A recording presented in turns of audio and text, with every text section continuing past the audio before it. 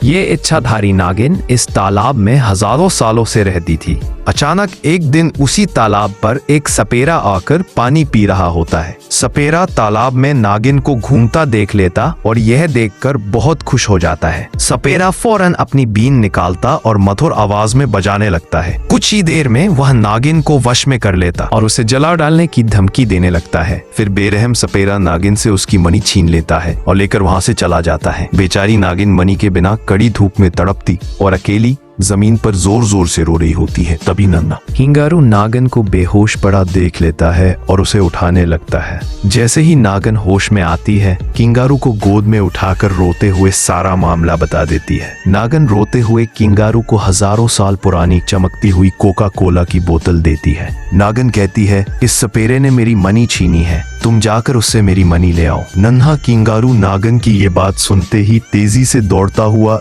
इस सपेरे की गार में पहुंच जाता है, लेकिन सपेरा किंगारू को देख लेता है और गुस्से से लाल पीला हो जाता है। वो छड़ी उठाकर किंगारू को बहुत मारता है और गार से बाहर फेंक देता है। किंगारू जख्मी जमीन पर आखिरी सांसें ले रहा होता है। तभी उसे याद आती है नागिन की दी हुई कोका कोला की बोतल। जैसे ही किंगारू वो बोतल पीता है, अचानक उसका जिस्म बदल जाता है और वो एक अजीम खतरनाक रूप ले लेता है। अब किंगारू गार को तोड़कर अंदर तबाही मचाने लगता है। वो स्पैरे के पास पहुंचकर उसे पकड़कर जमीन पर पटक देता है, जिससे स्पैरा वहीं मर जाता है। गुस्से से दहाड़ता किंगारू मनी को उठाकर दौड़ता हुआ वापस नागिन के पास लौट आता है। नागिन अपनी मनी को देखकर खुशी के आंसुओं से रोती है और कहती है, अब तक किसी ने लाइक और सब्सक्राइब नहीं किया।